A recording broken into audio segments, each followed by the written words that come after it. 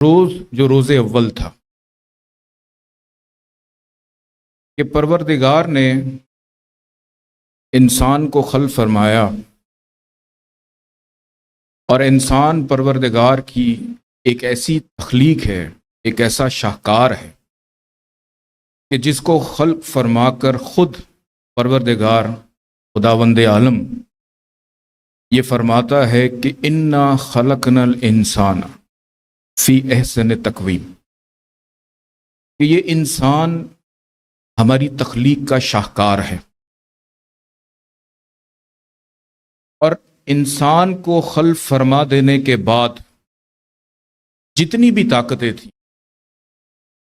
توجہ سے سنیے گا، جتنی بھی طاقتیں تھیں، جتنی بھی فورسز تھیں، سب کو انسان کے سامنے جھکا کے اس کو انسان کا تابع فرما بنا۔ ملائکہ کی پیشانی کو جھکایا، ملائکہ جمع ہے ملک کی، ملک نکلا ہے ملکے سے۔ ملکے کا مطلب ہے قوت اور طاقت، کہ جیسے ہم کہتے ہیں نا کہ فلاں شخص کو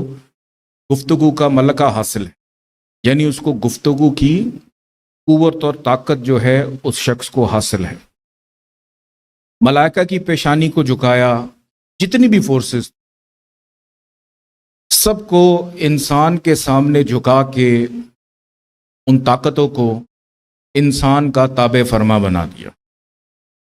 لیکن ایک طاقت ایسی تھی جس نے جھکنے سے انکار کیا، اور جب اس خالق نے، پروردگار عالم نے اس سے یہ پوچھا کہ تو کیوں نہیں جھکتا انسان، تو وہ کہنے لگا کہ جو پیشانی تیرے آگے جھکی ہے وہ کسی اور کے آگے نہیں جھکے۔ میری عبادت میں فرق آتا ہے، میری اطاعت میں فرق۔ کہ پروردگار عالم نے اسے کہا لما حلقت بیدی، کہ جسے میں نے خلق کیا ہے اپنے دست قدرت سے، کیوں نہیں اس کے آگے جھکتا؟ اس نے کہا کہ میری عبادت میں خلل آتا ہے اور میری اطاعت میں فرق۔ تو یہاں پہ خالق انسان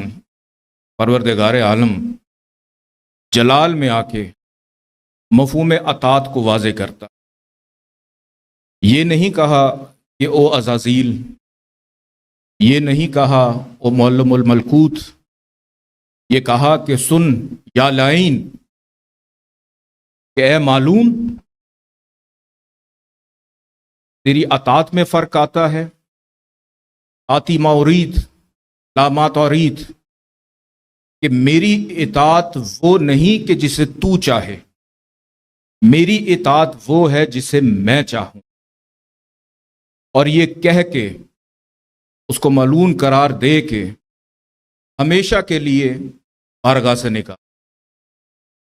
کہ جس نے انسان کے سامنے جھکنے سے انکار کیا اس کو ہمیشہ کے لیے ملعون قرار دے کے بارگاہ سے نکال دیا۔ اور پھر انسان کے فانوس دماغ میں شمع عقل روشن، اور یہ فرمایا انا ہدیناہ السبیل، پھر ہم نے انسان کو ہدایت سبیل بھی فرما دی۔ اب یہ نیک عمل کر کے شکران نعمت کرے یا غلط راہوں پہ چل کے کفران نعمت کرے، ایک دن میں مقرر کرتا ہوں، اس دن میں اس سے پوچھوں گا کہ کن راہوں پہ چل کے یہ میرے تک پہنچے۔ اور انسان ذرا سی قوت اور طاقت کا اختیار اپنے ہاتھ میں لے کر زمین پہ جال بن کے بھج گیا، کہ فضا اس سے نہ بچی، آسمان اس سے نہ بچے، ہوا اس سے نہ بچے، زمین اس سے نہ بچی، کہ سمندر کی ہیبتناکی کو چیلنج کر کے اس کی موت سے موج ٹکرا دی۔ اس نے حباب کے دل توڑ دیے، اس نے جبل فلک میں اڑتے طائروں کو بسمل کر کے رکھ دی۔ ذرے کا جگر چیرا، ایٹم نکال لیا، ایٹم کا جگر چیرا، اس کا الیکٹرون، پروٹون، نیوٹرون نکال کے ساری دنیا کو لرزہ برآمدام کر دیا کہ ذرا سے اختیارات کو اپنے ہاتھ میں لے کر، قوت کو اپنے ہاتھ میں لے کر، یہ شہ سوارے برق و افلاک ہے، منزل قانون محال ہے، ناطق شب فضا ہے، ناطق اسرار ہستی ہے، امیر کائنات ہے، برق رفتار ہے، انجم شکار ہے، ارتقاء کا پروردگار ہے، کہ ذرا سے اختیارات اپنے ہاتھ میں لے کر عناصر عالم اس کے سامنے خاک بسر ہے، کہ انسان اتنا بلند ہو گیا کہ تابش انجم گرویدہ گر ہیں، کہ چاند سورج اس کی بارگاہ میں غلاموں کی طرح کھڑے کانپ رہے ہیں، شمس و قمر اس کی بارگاہ میں قیدیوں کی طرح کھڑے تاک رہے ہیں، کہ ذرا سے اختیارات کو اس انسان نے اپنے ہاتھ میں لیا اور یہ اتنا بلند ہو گیا کہ لوہے کو آکاش پہ اڑا رہا ہے، مٹی سے ذرے کو اٹھا رہا ہے، موتی کی آبرو کو بچا رہا ہے، کہ زہرہ اور مریخ کے اوپر وائکنگ اول اور دوم کو اتار رہا ہے۔ یہ سب کچھ دیکھ کر فرشتوں کے اندر ہلچل مچ گئی ہے،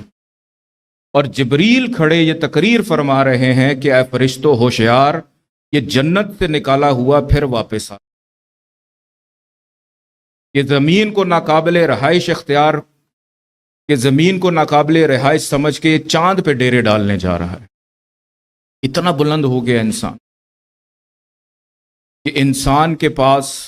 کس چیز کی کمی ہے؟ کھانے کے لیے رنگ برنگی خوراکیں ہیں، پہننے کے لیے نو بنو پوشاکیں ہیں، کون سی ایسی چیز ہے جو انسان کے پاس نہیں ہے؟ تو اس کے پاس سچی خوشی نہیں ہے۔ یہ کہتا ہے کہ مجھے سکون نہیں ملتا، مجھے چین نہیں ملتا، مجھے اطمینان نہیں ملتا، اور میں یہ کہتا ہوں کہ تمہیں سکون نہیں ملتا، تمہیں چین نہیں ملتا، تمہیں اطمینان نہیں ملتا، مجھے تو دولت قدوں میں انسان نہیں ملتا، نعمت قدوں میں ایمان نہیں ملتا، طریقت قدوں میں قرآن نہیں ملتا، مسجدوں میں دہشت گردیاں ہیں لیکن ذکر رحمان نہیں ملتا۔ ملے تو کیسے ملے کہ مردوں میں طریقہ رسول نہ رہا اور عورتوں میں بی بی بطول اور ازواج رسول کا سلیقہ نہ رہا۔ کہ انسان کی ترقیاں یہ بتاتی ہیں کہ جن راستوں سے یہ گزر رہا ہے وہ صراط مستقیم کی راہ نہیں، اور یہ کہتا ہے کہ میں نماز پڑھتا ہوں، نہ مجھے چین ملتا ہے، نہ مجھے سکون ملتا ہے۔ بہت ساروں سے میں نے پوچھا کہ نماز پڑھتے ہو تو نماز میں کیا دعا کرتے ہو؟ نماز پڑھتے ہو، نماز میں کیا دعا کرتے ہو؟ نماز فرض ہے، اللہ کو سجدہ ہے، لیکن اس میں دعا کیا ہے؟ کیا دعا کرتے ہو نماز میں؟ اہدنا الصراط المستقیم، کہ اے پروردگار ہمیں ان لوگوں کے راستے پہ چلا جن پر تو نے اپنی نعمتوں کو اتارا، جن پر تو نے اپنی نعمتوں کو نازل کیا۔ یہ ہم نماز میں دعا کرتے ہیں، ہر فرض نماز میں دعا کرتے ہیں۔ ہم کسی حاجت کی بھی نماز پڑھیں تو اس میں بھی یہی دعا کر رہے ہو کہ اہدنا الصراط المستقیم صراط الذین انعمت علیہم، کہ ان کے راستے پہ جن پر تو نے اپنی نعمتیں اتاری۔ اور اگر پوری دنیا میں، ماضی میں، حال میں اگر ہم نظر دوڑائیں تو پوری دنیا میں ایک ہی سب سے بڑی وہ ہستی ہے جو اللہ کا محبوب ہے، سرکار دو عالم حضرت محمد مصطفیٰ صلی اللہ علیہ وآلہ وسلم، جو نور اول ہے، انبیاء کا سردار ہے۔ تو پوری دنیا میں وہ واحد ایک ہستی ہیں جن پر پروردگار نے اپنی نعمتوں کو نازل کیا، لیکن ان کی زندگی اتنی آسان نہ تھی۔ اتنی آسان زندگی نہیں تھی، ہو سکتا ہے وہ آسائشیں بھی نہیں تھیں، لیکن وہ چیز ضرور تھی جس کو ہم سکون کہتے ہیں، وہ چیز ضرور تھی جس کو ہم رب کی ذات سے مطمئن ہونا کہتے ہیں، کہ ہم وظائف کر کر کے تھک جاتے ہیں، لیکن سب سے بڑا وظیفہ یہ ہے کہ جب تک آپ میں طریقہ رسول نہ آئے گا، اور جب تک عورتوں میں سلیقہ بی بی بطول اور ازواج رسول نہیں آئے گا، تب تک آپ کی زندگی میں نہ سکون آئے گا، نہ چین آئے گا، نہ دل آپ کا آپ چاہے جتنے مرضی بڑے بن جائیں یا جتنے مرضی آپ قابل ہو جائیں۔ میری دعا ہے پروردگار سے، اور ہمیشہ ہر جمعرات میں یہ دعا بھی کرتا ہوں کہ پروردگار جہاں پہ تو ہم پہ اپنی ساری نعمتیں نازل کرتا ہے، تمام برکتیں تو ہم پہ نازل کرتا ہے، وہاں پہ ہم پہ اپنے سکون کی بھی نعمت نازل، کہ جہاں ہم خوراک کھاتے ہیں اور اس کے ذائقے سے ہم لطف اندوز ہوتے ہیں، اس لذت کی نعمت کے بعد جہاں پر ہمیں خوشی ملتی ہے، ہمارے چہرے پہ مسکراہٹ آتی ہے، مسکراہٹ آنے کو محسوس کرنے کی کیفیت بھی ایک نعمت ہے، اور آنکھ میں آنسو آ جائیں، کہ جس شخص کی دعا کریں کہ آپ کی آنکھیں خشک نہ ہوں، اللہ سے یہ دعا کریں، اس خوف میں دعا کریں کہ اگر آپ کی آنکھیں خشک ہو گئیں اور بارگاہ خداوندی میں آپ کے آنسو نہیں آتے، درود پڑھتے ہوئے آنسو نہیں آتے، کسی کی مدد کرتے ہوئے آپ کا دل افسردہ نہیں ہے، تو آپ اللہ سے دعا کریں کہ کون سے عذاب میں آپ مبتلا ہیں کہ آپ کی آنکھیں خشک ہو گئی، کہ آپ ذکر رسول سنیں، آپ ذکر اہل بیت سنیں، آپ اللہ کا ذکر سنیں، اور آپ بے خوف ہو کر ایسے بیٹھے ہوں کہ جیسے یہ دنیا زندگی کبھی ختم نہیں۔ تو اپنی زندگی کے اندر ان اصولوں کو اگر ہم اپنا لیں تو پھر چین بھی ہے، سکون بھی ہے،